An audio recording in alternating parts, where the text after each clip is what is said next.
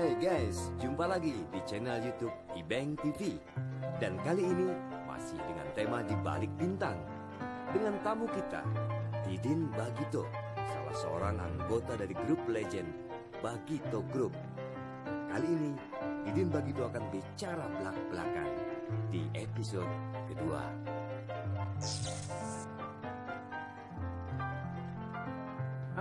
Pemirsa, kembali lagi di Ibeng TV, masih bersama seorang tokoh komedian, tokoh chat Didin Bagito. Nama panjangnya sebenarnya apa sih? Nama saya asli dari Banten, Pandeglang. Jadi cukup panjang juga sih. Bagus Didin. Yang lain-lainnya ya seperti itulah. Cuma dua alang yang nyeleneh. Apa itu? Maksudnya kan dari sana tuh cukup lumayan dikenal dengan religi dan segala. Oh iya, religi Ya. sama Yang jawara. nyeleneh saya juga berdua memilih. Dalam artian nyeleneh cuma profesinya aja. Oh, profesi. Tapi bagus dia jalannya, tapi kan istilahnya mengangkat juga ke kota aslinya kan kota apa ya? Kota. Tapi walaupun agak pojokan ini. Ya. Oh, dekat laut ya. Oh iya. Nah, pemirsa, Bagito tuh termasuk yang solid sampai saat ini loh. Alhamdulillah. Sementara banyak teman-teman yang mohon maaf ya kalau ada yang nonton deh, baru bikin grup setahun pecah, bubar. Iya. Apa Din? Bener rahasia. Kalau bubar sih nggak apa-apa, yang penting belum ngetop itu aja. Kenapa? Bubar sebelum ngetop ya bagus. Jadi belum kalau udah bubar. Belum top bubar sih ngapa? Sebenarnya berawal dari komitmen yang sama ya. Oh, bertiga Ya bertiga. Jauh memang meraih sesuatu itu lebih berat pada saat kita meraih sesuatu untuk mempertahankan. Itu yang lebih berat. Karena kan begitu awalnya kita kan punya komitmen yang sama, punya niatan yang sama untuk maju. Pada saat maju barulah muncul yang namanya ego masing-masing kan gitu. Iya, betul. Seperti itu penyakit musuh yang paling berat adalah diri kita sendiri. Iya, itu yang biasa nih. Dan saya rasa menurut saya setelah berpikir itu kenapa Bagito tiba-tiba menjadi sesuatu yang bermanfaat buat masyarakat Indonesia, berawal dari satu kedisiplinan. Oh, disiplin. Modal disiplin. Terus terang aja karena kan tingkatan di Bagito itu usianya beda dua nih, kayak saudara nih. Ini paling tua. Ini ke saya 2 tahun, dari saya ke Unang 2 tahun. Jadi di sini nggak ada pemimpin, tapi yang punya pengalaman lebih banyak kan nih. Jadi dia betul-betul menanamkan kepada kita itu adalah pertama disiplin. Ya. Kata kunci pertama disiplin. Disiplin itu baik waktu dan segala macam, komit dengan janji dengan orang atau segala macam dengan mereka yang sudah mengontrak kita pada akhirnya gitu kan. Itu sangat sekali. Kedua, bagi rata. Kalau nggak salah Bagito itu bagi roto. Ya, kedua ya bagi rata dalam artian rata itu bukan berarti sama. Iya. Iya kan? Sesuai dengan fungsi dan kontribusi. Kalau misalkan sebut aja pengen rata, nggak mungkin seorang direktur dengan penjaga kantor rata. Iya. Dia bilang nggak adil. Oh adil itu. Itu loh. Iya benar. Adil itu belum tentu rata. Itu maksudnya. Jadi adil itu equal treatmentnya antara kewajiban dan hak itu sama. Persis. Itu maksudnya dibagi roto. Jadi kita awalnya itu setelah komit dengan kedisiplinan, maka kita menyadari kekurangan atau mengakui kelebihan teman. Misalkan ada fungsi di sini bertiga nih, yang pandai berbicara untuk urusan keluar, untuk nego, untuk lobby, adalah ini. Dan itu tidak milik oleh saya. Saya kemampuan untuk menulis, untuk membuat cerita dan segala macam. Kemudian Unang sebagai orang yang memang kita andalkan untuk gestur tubuh yang lucu. Dia kan lebih komikal Unang ya. Jadi saling mengisi gitu. Oh kelebihan dia kita akui gitu. Artinya memang bertiga ini lagi bagi-bagi tugas ya. Persis. Dan pasti ada kelebihan kekurangannya. Itu dia. Miing punya kelebihan, pasti ada kekurangannya diisi oleh Unang. Unang juga demikian. Didin banyak juga kekurangan dan tidak punya kelebihannya juga diisi. Paham? Itu satu hal yang analis yang kurang bijaksana. Enggak lah, Didin juga dia menulis. Itu diakui loh orang Miing. Bahwa Didin lah orang yang sebetulnya banyak berperan dalam membuat ide-ide dan gagasan di grup. Sebenarnya bukan semuanya rata. Ya rata ya. Dengan sesuai dengan tugas masing-masing. Nah, Din, dulu kan Bagito itu termasuk orang pengen banget seperti grup Bagito. Iya. Dulu gue tuh waktu zaman di TPI gue baru jadi presenter gitu ya. Iya. Saya juga lihat Bapak masih gondrong gitu kan. Gaya-gaya 80-an lah, gaya 80-an. Sedang si Din. Ya gondes-gondes lah gondrong. Soalnya zaman lupus ya. Iya, cuma Saya juga jadi korban itu juga di media jadi gondrong waktu itu. tapi memang trennya seperti itu. Trennya Bukan korban. Iya, tren. Jadi Kan kita di mana-mana juga harus ngikutin tren. benar. Di masa itu semua masa pasti ada bintangnya. Oh. Setiap bintang pasti ada masanya gitu. Keluar dari mulut gitu. Jadi waktu gue lagi di TPI gue kan live nih. Senin, Rebo, Sabtu. Iya. Jadi gue live tuh. Boleh dibilang Ya, kalau sore kan? Sore. Iya. Bener. Dan saya juga penonton Anda. Iya. Dalam pikiran saya kok ini orang kayak gitu sampai ke TV gitu. Nah, itulah yang saya lakukan sekarang begitu. Depannya nonton. Nah, Bisa oke sih. alhamdulillah. Alhamdulillah. Dapat 300 episode lebih tuh Wush, saya. luar biasa. Jadi presenter selama 4 tahun Din, tapi live aja. Nah, gue tuh waktu itu kan ngelis bintang tamu sama ada Ivan, teman-teman Oscar TPI kan. Oh iya, Ivan Oscar. Masih ada Osbi ya kan. Iya. Itu yang paling susah dihadirkan kalau nggak salah grupnya Bagito. Kenapa? Karena kita ngelihat beliau grup itu wah lebih hebat-hebatnya di RCTI. Oh. Waktunya susah, terus kayaknya kita harus ngatur schedule-nya. Iya. Tapi seingat gue, lu pernah jadi bintang tamu gue nih? Kok kali ya bukan? Pernah. Pernah ya? Pernah ya, sore. Lupa TV, sore. ya? Iya, sama TV. Iya. Nah akhirnya juga berhasil beliau jadi bintang tamu Iya. program kita. Sebetulnya itu nggak niat waktu dia siaran saya nyasar ke situ tiba-tiba. Nah ini dia ya saya. Kalau boleh saya bilang saya juga deg-degan wawancara. Bayangin figur seorang Didin Bagito wawancara di TPI. Gue bilang sama TV deg-degan ya karena beliau seseorang sambade lah. Mobilnya BMW biru ya. Biru ya kan. Nah Din, ini yang kadang-kadang nih kita udah umur segini Din. Sebetulnya itu kan bisa dibilang pada masa itu bangga. Mobil BMW dikelilingi namanya artis ya. Iya. Apa sih makna itu bagi Didin sehari ini? Kalau berbicara makna hari ini adalah segala sesuatu perjuangan pasti ada hasilnya. Itu kan hanya efek saja ya. Efek dari keberhasilan. Jadi jangan sampai jadi satu tujuan kalau menurut saya. Oke. Karena semuanya itu sifatnya semu dan sementara gitu. Apapun yang kita raih suatu saat akan kembali kepada yang menitipkan. Iya. Dan kita nothing, tidak bisa apa-apa. Kalau nggak begitu kita gampang kecewa deh. Iya, tetapi bisa mungkin dengan caranya yang satu itu bersyukur. Bersyukur itu menjaga kekompakan, terus menjaga komitmen itu kan bagian dari bersyukur. Mempertahankan itu adalah bagian dari bersyukur. Iya. Kayak gitu. Iya. Gue juga pernah ngalamin dulu saatnya mungkin kita Iya. terobsesi banget Iya. ngetop ya kan. Iya. Dikenal banyak orang.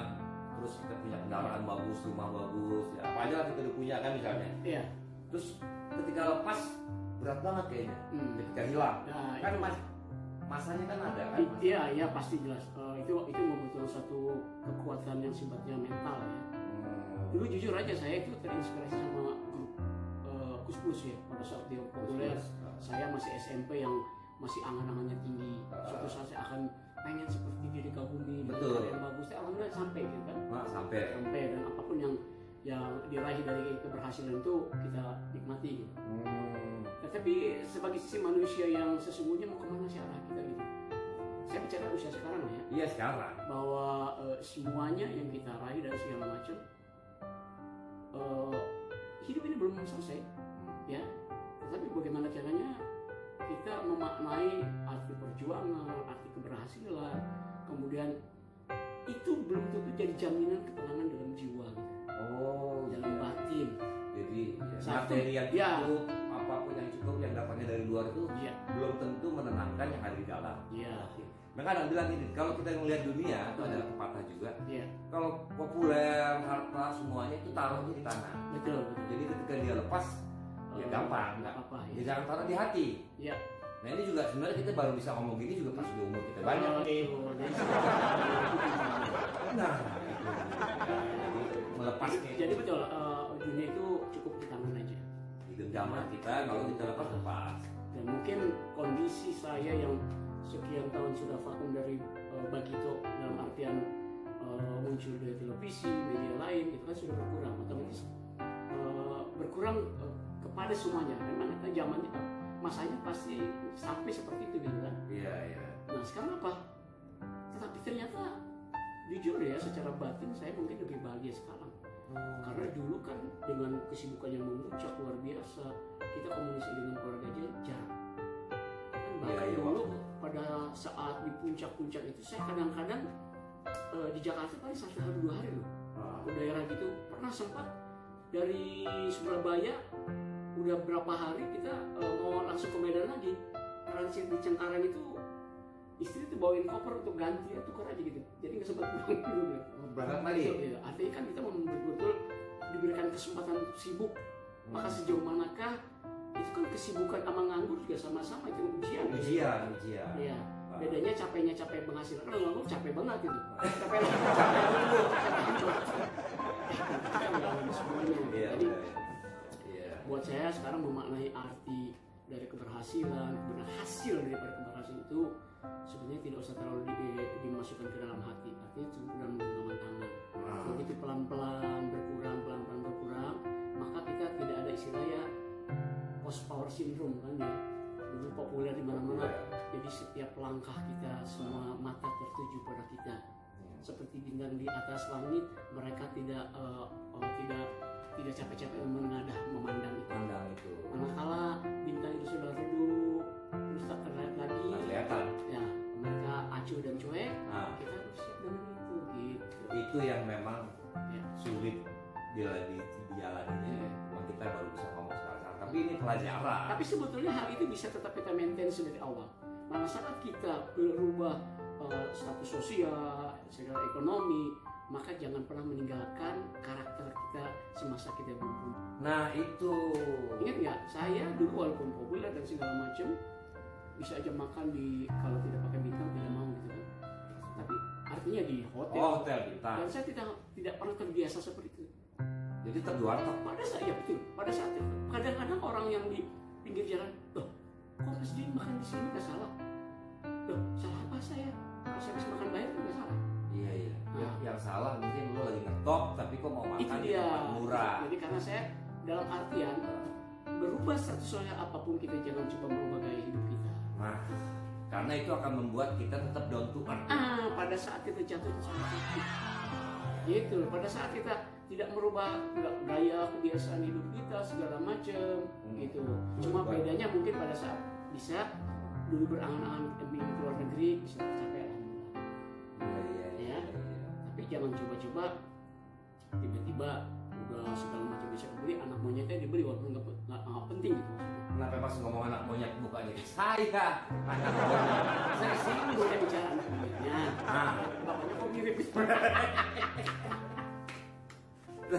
Wah ini pengalaman yang luar biasa nih, ternyata nggak mudah juga ya, karena yang dialami oleh Didin Bagito mungkin juga sebagian besar mengalami hal yang mungkin akan naik. Jadi rasa syukur itu jangan pernah hilang. Manakala ketika misalkan kita sudah sebut aja decline istilahnya ya, sudah mulai menurun dan memang itu sudah alamnya, pasti akan terjadi kejadian seperti itu ya. Kalau ditakdirkan Didin lahir kembali, mau jadi apa Din? Dulu kan nggak penulis, apa tetap mau seperti dia sekarang? Mungkin walaupun memang tidak akan pernah seperti itu ya. Selama ibaratnya yang namanya bunga itu tidak mungkin mekar 2 kali kan. Ini kan berandai-andai. Iya berandai. Mungkin kalau misalnya seperti itu, kita akan memaksimalkan apa yang belum kita lakukan, satu kebaikan kepada yang lain kayak gitu aja. Itu yang saya tunggu. Gue nungguin segmen ini Din, karena memang makna hidup akhirnya di umur-umur seperti kita ini berarti bagi orang ya. Sangat ya kalau misalkan lebih berarti lagi pada orang lain itu saya rasa memang itu tujuan kita ya. Jadi karena kan bahwa manusia yang paling baik ya di sisi Allah itu bukan manusia yang banyak harta kekayaannya, kemudian juga banyak prestasinya, bukan itu. Manfaat buat orang lain. Nah, luar biasa. Oke Din, kalau kita Khairinas anfa'uhum linas. Nah, ya. Khairul nas anfa'uhum linas. Jadi orang yang paling baik adalah orang yang paling banyak manfaatnya buat orang lain. Itu yang kita harapkan. Nah sekarang kalau memang begitu kan masih ada sisa waktu umur insya Allah. Apa yang belum Didin lakukan? Kalau mau bicara karir udah pernah nggak? Lah, udah dapet lah insya Allah, banda mah alhamdulillah insya Allah. Keluarga juga insya Allah juga berkah. Apa yang belum, yang sampai saat ini yang ingin sebenarnya seorang Didin Bagito lakukan di usia kita menyadari bahwa manusia itu tidak ada sempurna ya. Termasuk segala kebaikan yang sudah kita perbuat juga masih jauh dari kurang. Ya. Maka saya insya Allah sih kepengen mengejar kekurangan yang selama ini saya tinggalkan. Contohnya ya ibadah, berbuat kebaikan, amal ya. Lebih lagi karena sesungguhnya kan kehidupan kita bukan saat hidup sekarang itu jembatan aja. Bagaimana kita bisa melakukan jembatan itu dengan selamat, kemudian dengan bekal yang banyak itu aja. Nah, ini statement beliau bikin saya mengambil. Karena kalau kita ukur-ukur ya, perjalanan di dunia ini kan perjalanan hidup bukan di dunia aja kan, di akhir. Itu ada dua ragam loh. Raga itu cuma dua di dalam kandungan sama di dunia. Tapi ruh masih panjang. Masih dari alam sampai hidup dan segala macam akan tetap abadi hidup. Itu juga sama. Makanya satu yang saya ingatkan mungkin buat diri saya sendiri bahwa jangan pernah takut kehilangan sesuatu selama di dunia ini karena memang sifatnya semua sementara kan ya. Jadi itu tadi kembali lagi kepada dunia di tangan, kemudian yang di hati itu adalah sesuatu yang sifatnya abadi nanti. Amin. Bekal kita ke depan. Jadi jangan pernah bersedih pada saat segala sesuatu yang sudah banyak ditarik. Kenikmatan kah, terutama kalau udah usia kan banyak yang sudah dirasa secara fisik. Iya kurang lah. Ya. Jadi kita compare saja apa yang sudah diberikan Allah nikmat kepada kita sekian puluh tahun melebihi apa yang sudah kita rasakan sekarang sakitnya gitu. Masih belum sebanding. Misalkan sekarang kita harus terpaksa berjalan kaki. Nikmatin aja baru beberapa tahun barangkali. Kita berkendaraan segala macam fasilitas ada itu puluhan tahun belum sebanding apa yang kita rasakan sekarang. Jadi itu aja. Jadi satu untuk tetap kita punya semangat dan itu salah satu yang kita tetap bersyukur bahwa sesulit apapun insya Allah tidak akan menyesalkan umatnya. Itu aja. Amin. Apalagi kita baru melewati masa COVID-19 banyak yang banyak yang drop, kehilangan pekerjaan, kehilangan peluang, kemudian jadi hopeless, jadi nggak percaya diri. Sebelum ada COVID kan tidak tahu kita masing-masing orang punya persoalan yang mungkin orang tidak tahu sebegitu hebat sebelum ada COVID gitu. Udah dilakoni, dirasakan. Pada saat ini kan bersama-sama.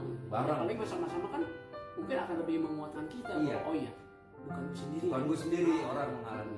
Jadi hal itu sebetulnya bagian daripada syukur kita. Gitu loh. Pada saat kita misalkan naik mobil umum, alhamdulillah masih ada ongkos, ya kan? Terus begitu orang jalan kaki juga, dia naik mobil umum, gue jalan kaki, alhamdulillah masih ada kakinya sehat, ya kan? Yang kakinya tidak sehat, alhamdulillah gue masih pakai kursi roda misalkan. Gitu. Jadi melihat itu memang harus ke bawah sih. Kebahagiaan itu bukan karena kita memiliki apapun, tapi karena kita bersyukur dalam situasi apapun, gitu ya.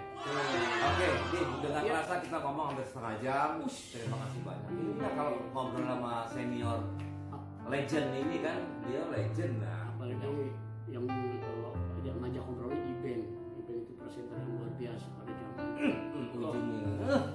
Walau zaman 1928 sekarang musik eksis. Amin ya Allah.